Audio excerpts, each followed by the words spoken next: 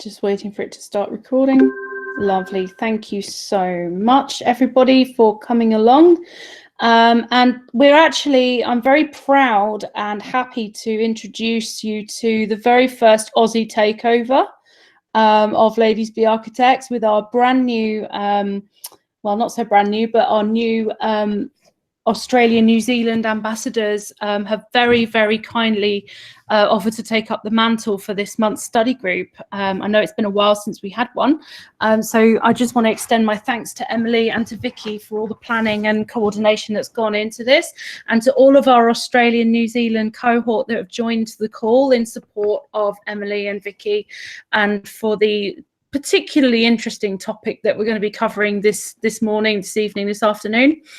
So thank you to all of you for joining. We always love to have you.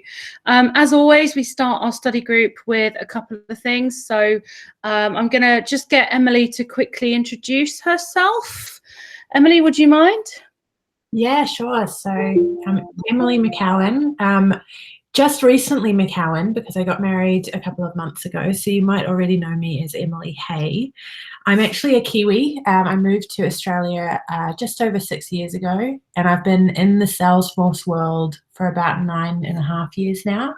I came fresh out of uni. I got given a job as a database admin, which turned out to be a sneaky Salesforce admin role, which is how I think a lot of people end up in the Salesforce world as well. But now I am an architect at Deloitte. I just started there like a week ago.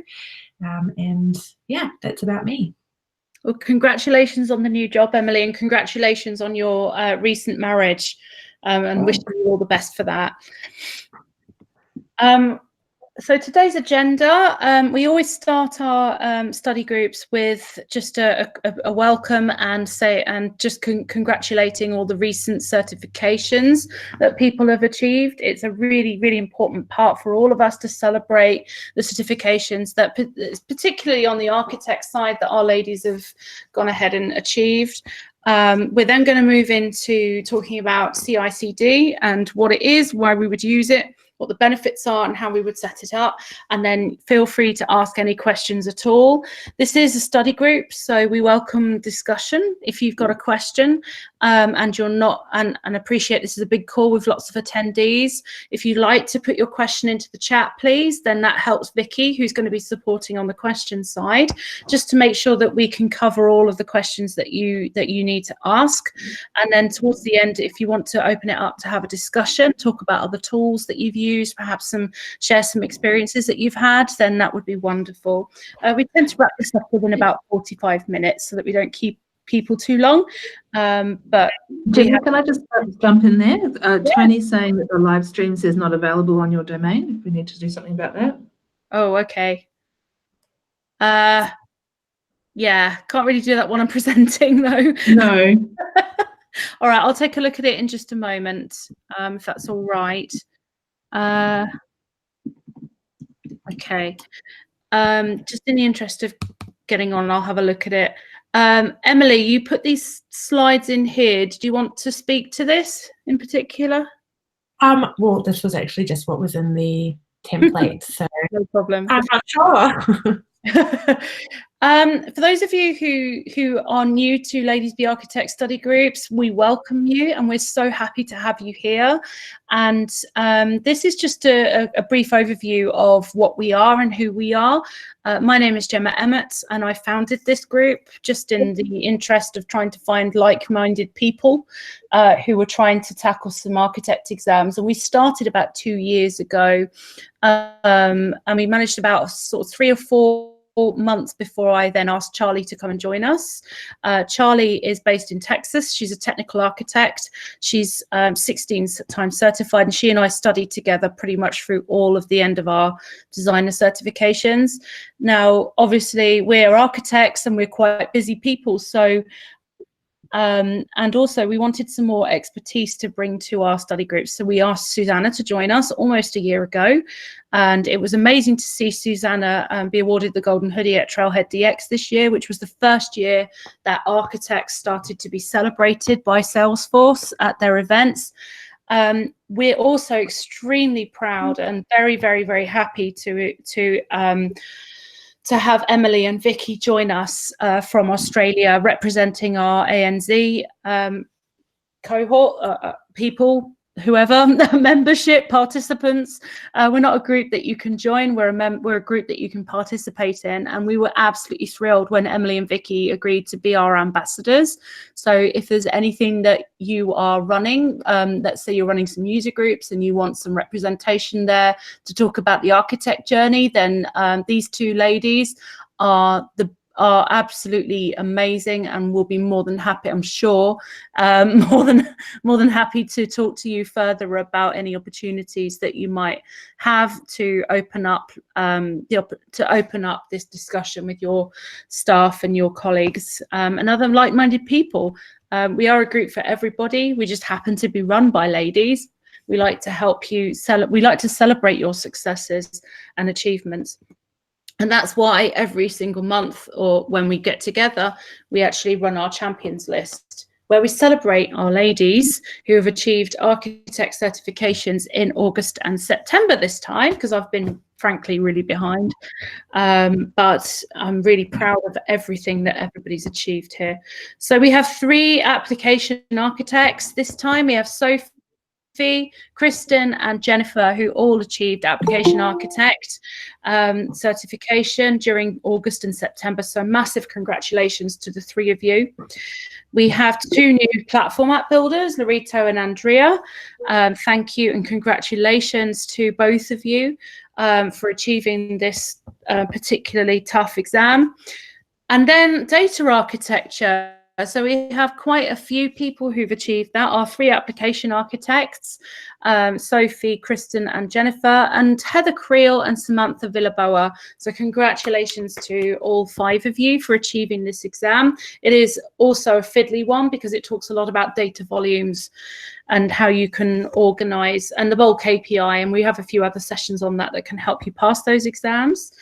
So massive congratulations. We have 3 new sharing and visibility designers, again, Sophie, Swati and Susan.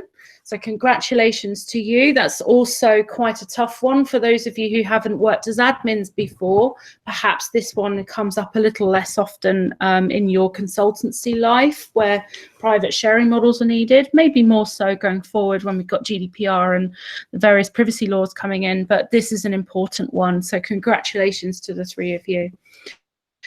We also have 2 new community cloud certified consultants, Christina and Stacey. Congratulations to you both. And then 3 more people have passed probably one of the toughest designer exams that exists, which is the Identity and Access Management Designer. And, you know, often I looked at this thinking, how hard could it be to log into an application? But this exam is particularly tough because it covers things like OAuth and single sign-on and SAML protocols. So congratulations to Sarah, Melanie and Laura for taking this head on and smashing it out of the park. Massive congratulations to the 3 of you. And then finally, we have 3 more. So we have Gabriella, who passed her Development Lifecycle and Deployment Designer exam, which is the focus of today's study group. We have Tammy, who has passed her Integration Architecture, and Lene, who has passed PD1. So congratulations to the 3 of you. Since we started tracking these, and bearing in mind this is an extremely manual process at the moment because we don't have access to the API for this, so it's literally been a case of me just keeping track of social media and LinkedIn, looking for those mentions so that I could track these in our Salesforce org. As you can see, we do use Salesforce to track this, but it's amazing to see the growth in certifications amongst our female architects since we began tracking these in January 2018. So we now have 103 people that we've tracked. Sorry to stalk you, but if you share it, we track it. And also to see that consistent growth between Trailhead DX and Dreamforce last year, and then following the brand new architect track at Trailhead DX this year, we've seen an incredible growth of architect certifications since May.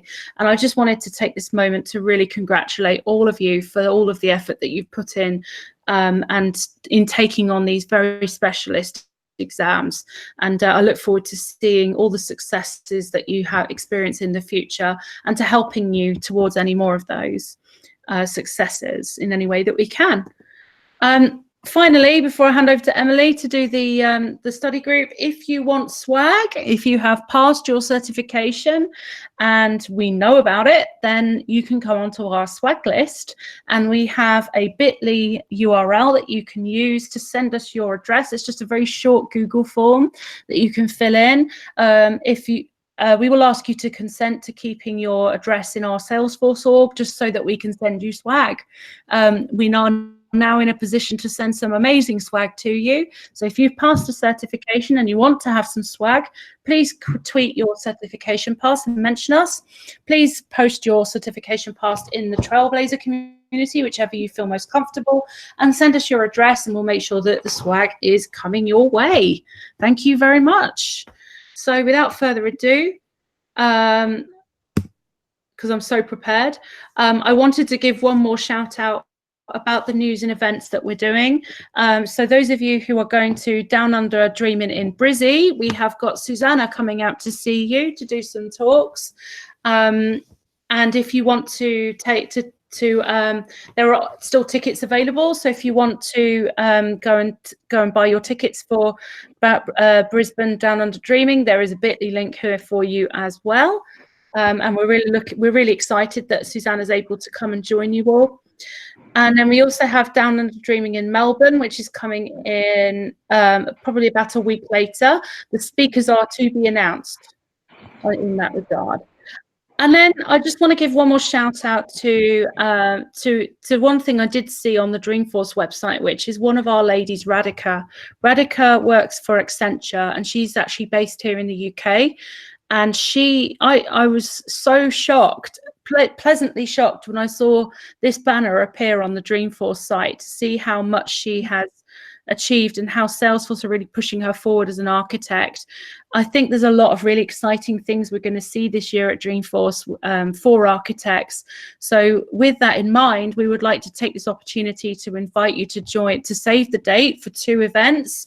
On the Monday of Dreamforce week, which is the 18th of November, we're going to be having an all-afternoon super women's event, or a mega meet. We haven't decided what to call it yet, but that will be from noon until 5 p.m. and all of these wonderful groups will be collaborating together to give you one big fat Women in Tech celebration event. So we really look forward to seeing you there at the biggest tower in San Francisco. We will be releasing it for registration soon. And I would highly recommend, once we do, keep an eye out for that registration, sign up as quick as you can, because we have limited capacity. So we want to make sure that we get all of you involved. And then in the evening from 6:30 till 9, we are having a pre-Dreamforce party right outside Moscone Centre, and we've been quite cheeky. We've asked Pat, Parker and Brett to come along. Let's see if they take us up on the invitation, but that'll be a really exciting time to just meet and mingle with your fellow women in tech. So we really hope to see you there. Okay, let's get on. I'm going to be quiet now, and I'm going to hand over to Emily to talk about CI/CD, which is an important study topic for the Development Lifecycle and Deployment Designer exam. So thank you very much, and over to Emily. Thanks, Gemma. I will start presenting somehow. So in the right-hand corner, it will say present now.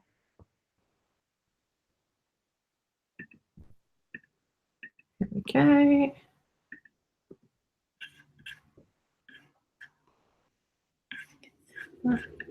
And it's coming up. You're all seeing that now? Yep. Great. All right. So yeah, CI/CD.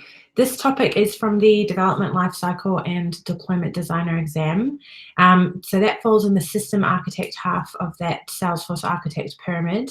And this was one of my personal favorite exams of all of the ones I've taken, probably because I spent a couple of years as a project manager and I love process and planning, and that's a big part of it. So from the exam guide, this is a direct copy and paste from the Trailhead exam guide, so you can judge them for the grammar of this one. But Out of 60 questions, this 8% weighting represents about 5 questions in total. And I just wanted to mention, maybe as a little bit of reassurance to other people here, that while I've spent several years leading teams that have set up and used CI/CD tools, I have never personally merged a branch or deployed using anything beyond change sets. But I managed to score 80% on this section of the exam, which means I only missed one of those 5 questions. And I did this by understanding the concepts and best practices of CI/CD. So while I think it's important to have exposure to development teams that use this CI/CD approach, you definitely don't need to be the person who's executing all of this to understand and design this as an architect and to pass this exam. So what is CI/CD and why would you want to use it? So ultimately, CI/CD is a methodology that supports Salesforce development and releases. The idea is that it makes it easier and faster for your developers to build, test, and deploy without going over each other's work or getting stuck grinding away at doing those kind of release and deployment tasks manually. So it stands for continuous integration and continuous delivery. There is another CD that stands for continuous deployment. So you might see this concept sometimes expressed as CI/CD/CD, which is where continuous deployment comes into play. So I'll just define each of those terms to help you understand the difference. So continuous integration is where you use source control for your code base with branches that represent new developments. The developers will check out code to work on it and regularly merge their changes back into the source. And upon merging changes, that automated testing will check for any bugs. Continuous delivery simplifies the next step. So once you've got continuous integration in place, which is deploying the components or packages of code into different environments, like sandboxes or production at the push of the button.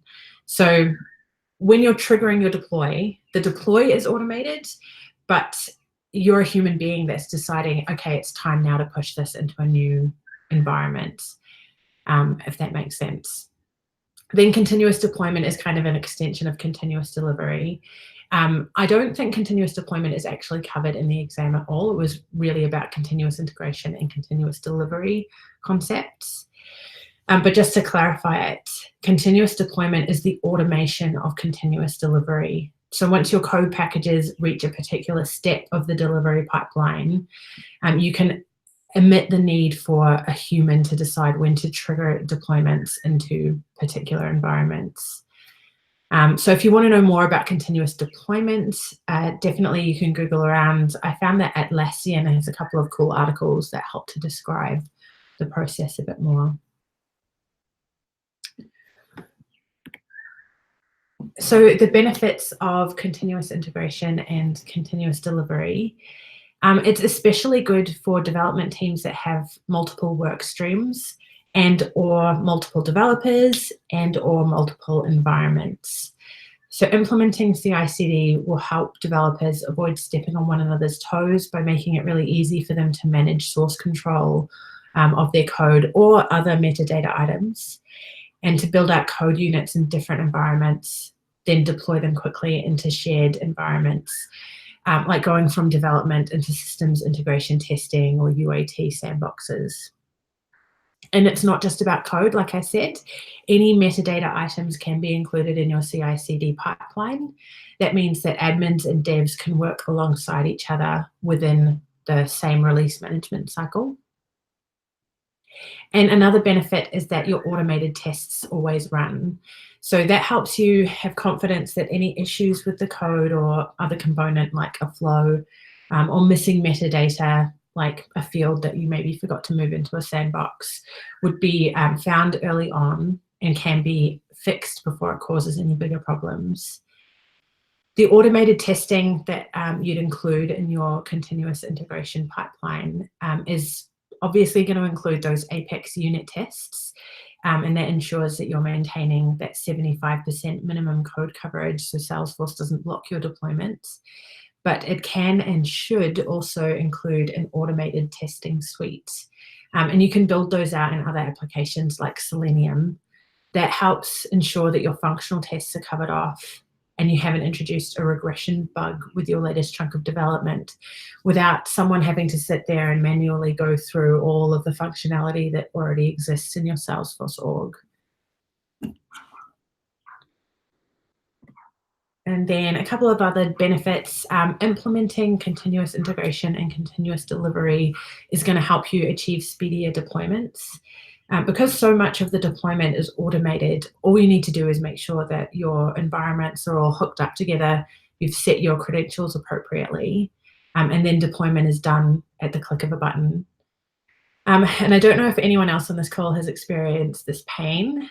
Probably yes, but I've definitely used change sets in the past where it's not only taken loads of time to piece together the metadata components for my deployment, but then it takes ages for the change set to push into the new environment. Then if I find I've missed something, I need to go back and clone that change set to manually add or remove metadata to fix any errors that crop up.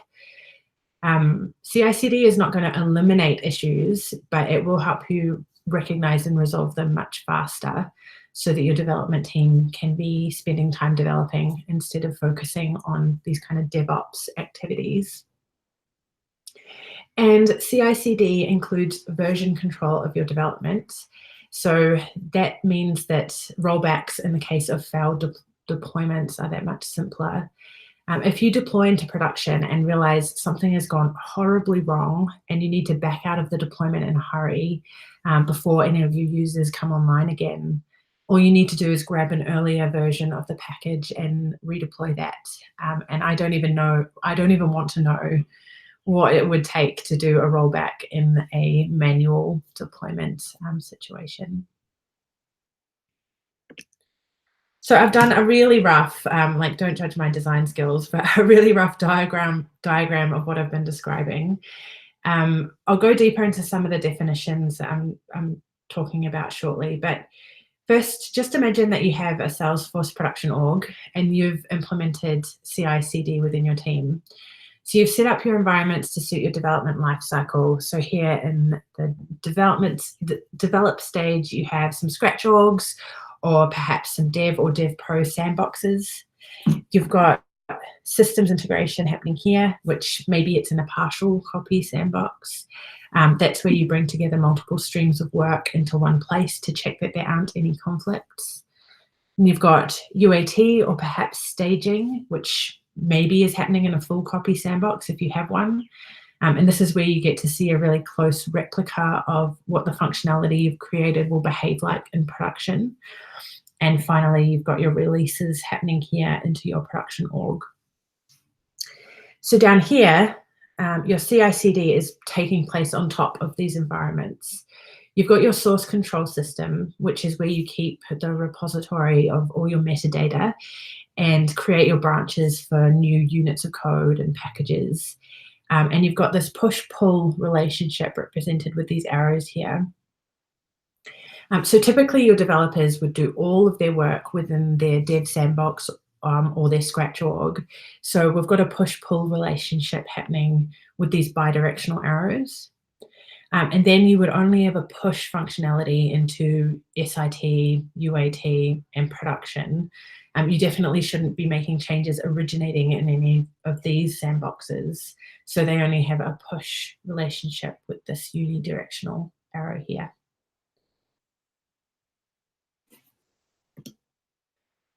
So then how do you set up CI/CD? What is a source control system and what are Scratch orgs? So the first thing that you need to implement CI/CD is source control. This is basically the repository for all your metadata. It's where all your Apex classes, your versions of Flow, your fields, objects, profiles, anything represented in metadata is saved here. It's like a system like Git or Bitbucket, and I'm sure tons more whose names I don't know, but there are some examples here. And then the second thing you need is a CI server. This is what allows you to submit commands like committing your code and starting a build. A popular CI server that is used a lot is Jenkins, and there's others I've heard of like Circle CI, GitLab, and others. all you have to do when you're selecting your CI server is make sure that it supports your version control, your source control system. And then the third thing that helps with CI/CD, specifically in the Salesforce world, is Salesforce DX. This is short for Salesforce Developer Experience, and it actually represents a ton of helpful features in, I guess, a toolkit for developers. In terms of CI/CD specifically, there are a couple of things that Salesforce DX provides us. So one is scratch orgs. Scratch orgs are ephemeral environments. They're like a sandbox, but more flexible and less permanent. So they last for 7 to 30 days. They can be spun up really quickly. And the very cool thing about scratch orgs is that you can emulate various Salesforce features and versions so that you can trial ideas or build quick proof of concepts. So perhaps you have a particular version of Salesforce and you wanted to see what would it be like if I had unlimited edition instead, or what would it be like if I purchased this particular Salesforce product and added it into my Salesforce org. You can do that, and you can share that scratch org config file with other developers so that they can copy your configuration as well. Scratch orgs provide your developers with individual environments to develop in. You could still use a Dev or Dev Pro sandbox for this as well, but they don't have the same functionality as scratch orgs, although they can last a lot longer. And then the Salesforce CLI. CLI stands for Command Line Interface. And the Salesforce CLI basically aggregates all the tools and commands that you'll need to do things like create and manage orgs, sync with scratch orgs, import and export data, create and execute tests, and create and install packages straight from the command line. And because anything in the command line can be scripted, you can write scripts that will automate all of these Salesforce activities. So maybe you could write a script that would create a scratch org, load a particular configuration file into it, populate it with a set of data, and sync your source control system. And that can all be happening while you're off getting a coffee. So definitely they ask about Salesforce DX tools in the exam, so something to study for sure. So that's my overall summary of what is CI/CD, why would you use it, and basically how you set it up. Has anyone got any questions they wanted to ask?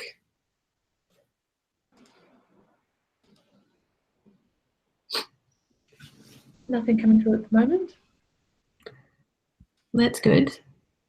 Does anybody have any experience with any of these tools that they would like to share? Maybe some pros and cons, and where it would be better to use DX versus sandboxes, etc. Would anybody like to share that with us?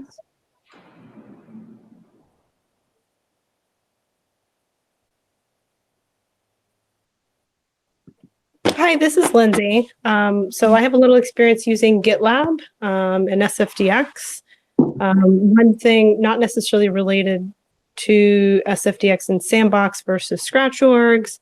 We're the company I'm working with actually currently uses just regular old sandboxes, and that actually works out really well for us. Partly because we're transitioning to using SFDX, so or Scratch orgs. There's a learning curve, if you will, with using those, and the configuration of it, especially with the rest of the admin team. One thing that we're finding, though, with our deployment process in GitLab is learning when to track things and not. Certain things don't make sense to track in the repository, and certain things do. Certain things like an installed package, when a new version comes out and there's code tied to that particular version, that can break your build. And there's things that we're learning with that of like, when do we track things? How do we do things that are manual changes or through change sets? So that's part of like learning the balance of CI/CD isn't everything for everybody. So it just depends on the instance that you're on. Okay. Are there any, in your experience, are there any features that can't be moved using these tools? Anything that's not available in the metadata API. I mean, most things I find move pretty easily, but I haven't, I mean, personally, I mean, maybe someone else has come across something that isn't movable or available in the metadata API.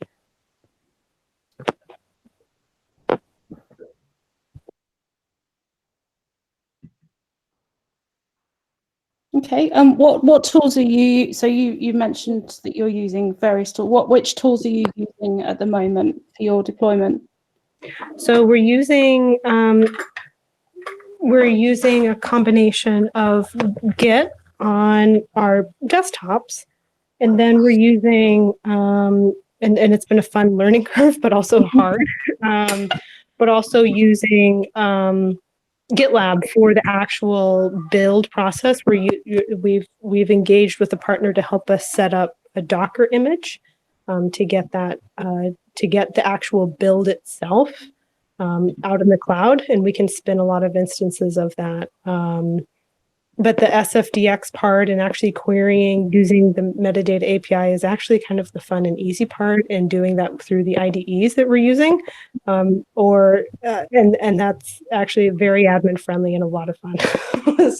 But not as difficult as setting up the server. That was a little bit more difficult for us, at least. Yeah, I remember, but then I'm going back 6 years here. My team used to really love laughing at me because it used to take me 30 minutes just to check a custom field in to Git. I just could not get my head around it. But it's worth explaining, with these sorts of tools. Historically, when I've worked on projects, I've tended to appoint a release manager who is responsible for making sure that all of this runs quite smoothly, and also for performing the final build into master, but also approving any pull requests that happen from the team into the main branches. What do you have set up to kind of govern use of the tools? So this is Lindsay still. So one thing that we do to govern the use of the tool is we have a release management team, so it's not a particular person. That was something that we learned that fell flat when we started to scale as a team. Was having one person be responsible for the deployment was really tricky. But because we are using Git, there's 3 of us now that are able to fully do the deployment from one branch to the next and go into prod. And that's a nice thing that we like, that we aren't using the Ant tool. That was the previous deployment process. Nice. Are there any consultants on the line who might have experience of working with this within a client environment?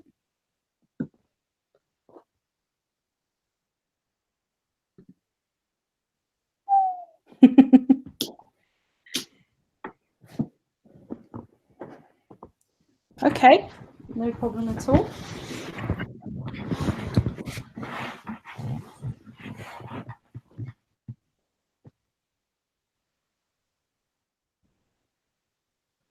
Okay, so I'm going to ask if are there any more questions that anyone would like to ask?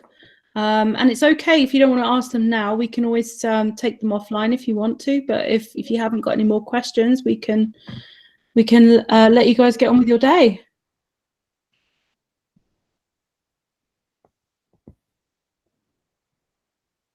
Cool. Pretty quiet team this morning. It is, yeah. A couple of next steps if anyone wants to build on this as well. So obviously there's always the Trailhead trail mixes. So there's a great development lifecycle and deployment designer trail mix that you can go to. There is a related Ladies Be Architects study session that Gemma did a wee while back on environment management, and that definitely ties in quite closely with the CI/CD topic, so it's a good one to have a look at too. And then there was a webinar that was done relatively recently called Simplify Continuous Integration and Delivery Pipelines with New Tools, so you'll probably find that helpful as well. There's a couple of questions around how to get started. So what's the easiest way to get started on this, and have you got any advice to get started with the CI/CD configuration? Yeah, probably the first one would be to look at what sort of tool will suit your team, I would think. What do you want to achieve out of CI/CD, and then you can start to assess them from there, because every tool is going to have different pros and cons to it, and different price points and things like that as well. Hi, hi. This is Missy. I have a question. If you can hear me. Yep. So I'd love to hear a little bit more about the CI server part of the process. I'm just not entirely sure what that does. My consulting firm is just getting into this, and so I don't know if maybe we haven't selected one or if we're doing our own.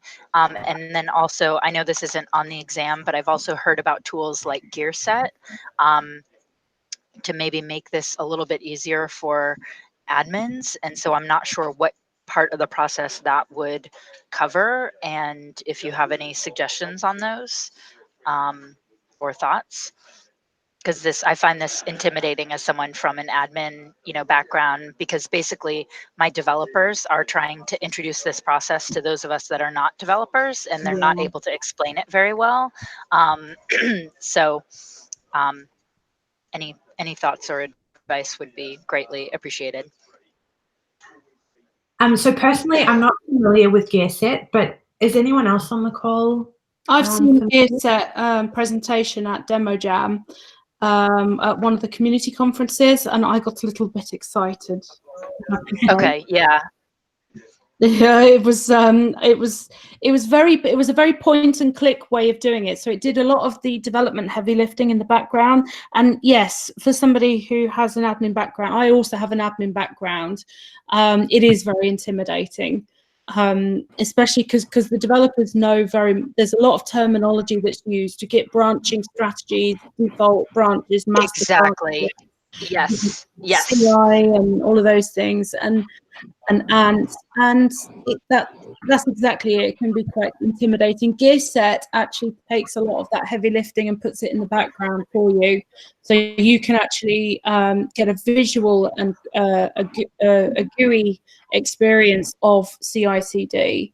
So I would highly recommend taking a look at some of their demo jams. What we can do potentially is ask them to come along and do a wee demo for us, maybe in another session, if anyone would be up for that. Hi, this is Swati here. I just have a little bit of experience using GearSet. We were evaluating it here for a client, and I agree with everything Gemma just said. It has good UI and it's easy for admins to use. So one other cool feature about GearSet is you can actually hook it up with your Git instance.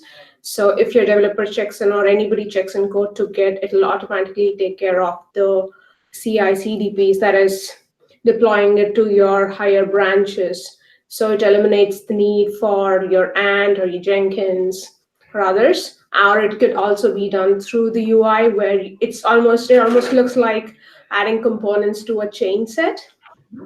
So you could do it both ways. But the only negative thing that I found about this tool is it's a little expensive. So if you do not have clients who are willing to spend a lot of money on licensing this, so then this could be a challenge. Otherwise, it's a pretty nifty tool in place of the other traditional CI/CD tools that are in place. So it sounds like GearSet takes the place of a CI server. Is that right? Right. Yeah, it does. Okay. Yeah, that work. Yeah.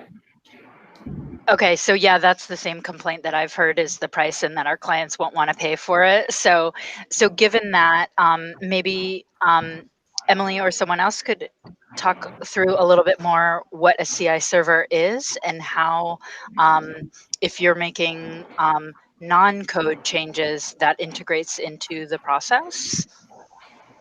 Yeah. So my understanding is a CI server is where you basically tell the system to do everything that you want it to do.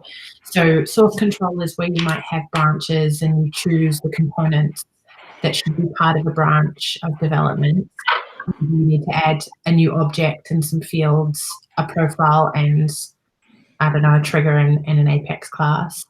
And that's one branch. And your CI server is what you use to say, hey, please merge this branch back in, to deploy this larger package into this environment, that kind of thing. It's worth just saying as well. So whenever you make a change to let's say you add a custom field to your custom object, that is a change to the metadata underneath,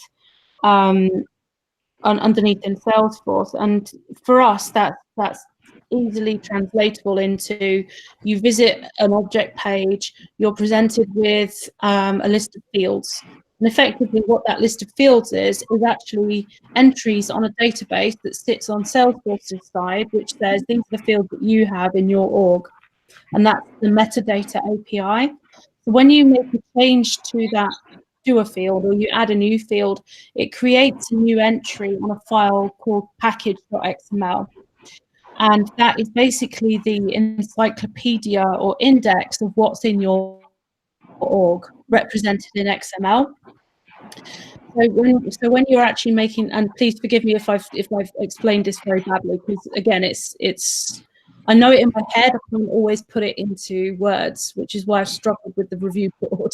But in terms of how that happens, when you create a field, you're making a change to that XML file. So what CI/CD enables you to do is to take a copy of that XML file and deploy it to multiple orgs so that everybody's working on the same version, which is what the Git does and the version control applications do. What CI is doing is saying, okay, these are the changes that have been made to that package.xml file. If we deploy these changes, this is going to be the new version of the file coming down the pipe, and therefore the release manager can decide which version they actually push into production or into a master repository, which basically means in terms of the process, you create a field, the release manager says that's okay, it gets pushed up into a master branch. All the other developers have to then do a pull down from the master branch into their respective sandboxes and scratchals to make sure that they've got your new field in their version, so that if there's anything that they're building, there's no regression on the final build. Does that make sense? Yeah. Dear me, it's horrible, isn't it?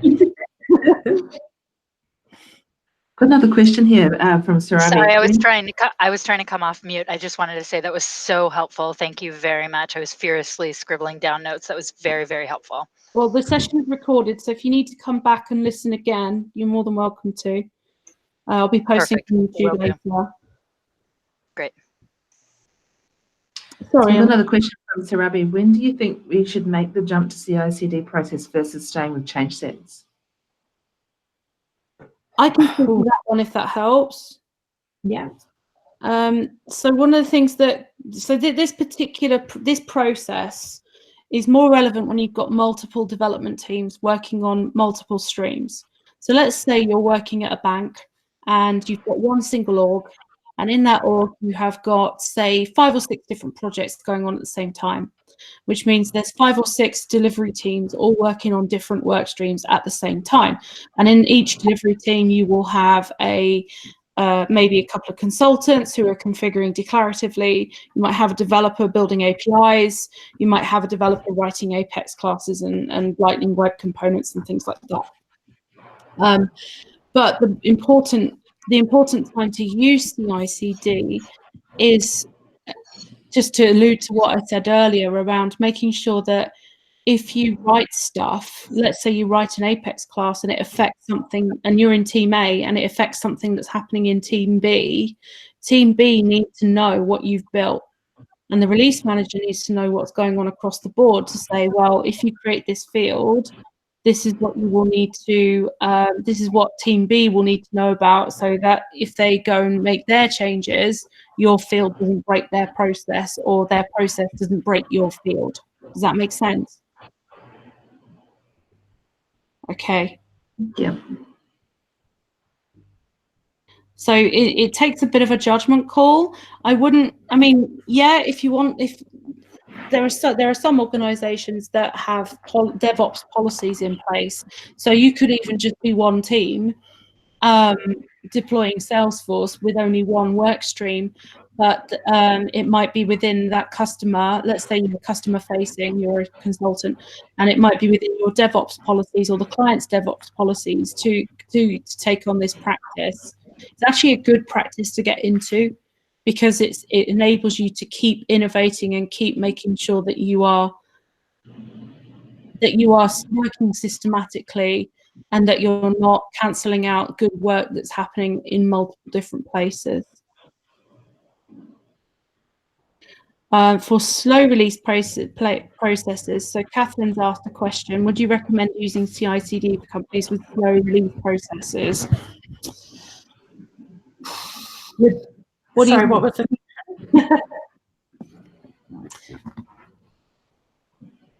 The question was, would you recommend using CI/CD for companies with slow release processes? I guess it depends on what the release processes mean, but if you want your team to spend less time on doing the release process and more time on developing, then that would be kind of a key reason to want to move to something like CI/CD. And it's okay if it takes a long time for you to get releases approved through maybe a change advisory board and that kind of thing. It still just means that when it comes to deployment, you're not spending as much time manually deploying and running those tests and things like that. And if you like weekends, if you like spending weekends with your family. Yeah.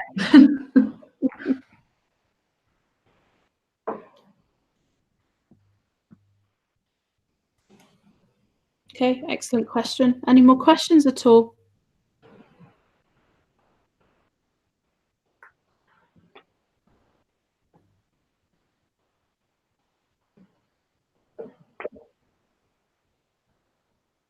Okay, if there are no more questions, then we'll let you crack on with your day. Sorry, can I ask one more question? I haven't heard you mention VS Code at all. Does that come into this at all? So it can. VS Code is one of the IDEs that you can use when you're developing in Salesforce. So developers can sort of choose whichever IDE they want. When you're doing all your trails on Trailhead, Trailhead recommend VS Code, and it's got a whole bunch of Salesforce extensions that make developing easier. It's sort of a developer's choice as to what they use, and it doesn't really impact the CI/CD pipeline that much, whichever one they're using. But it'd be like where they pull metadata to. So I need to pull a new version of this Apex class to make sure I'm working with the latest version of it, if that makes sense.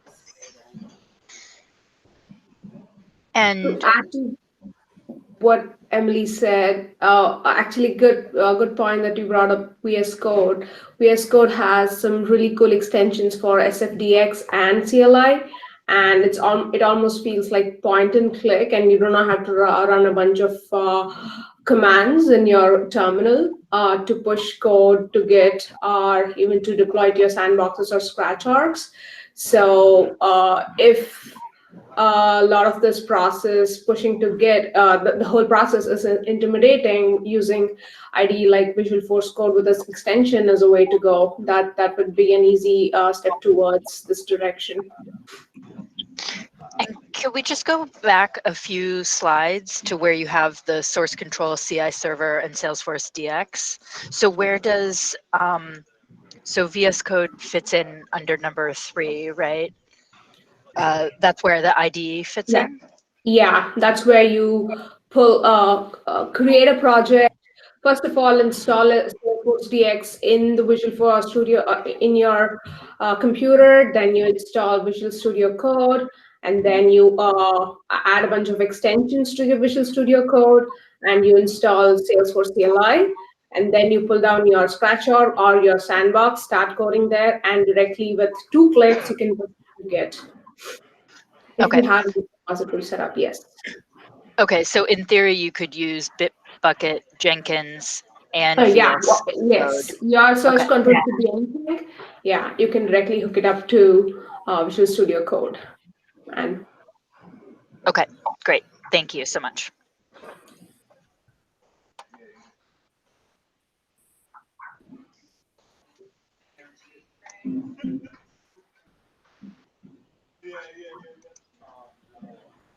Okay, everybody okay? guess so. All right, well, we'll close the study group for now. Thank you very much, Emily, for running it. Really, really appreciate it. And thank you to everybody for a really productive discussion and some good questions.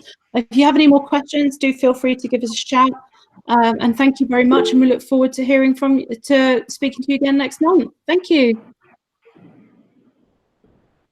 Thanks, Gemma. Thank you, Thanks, Emily. everyone. Thanks, everyone.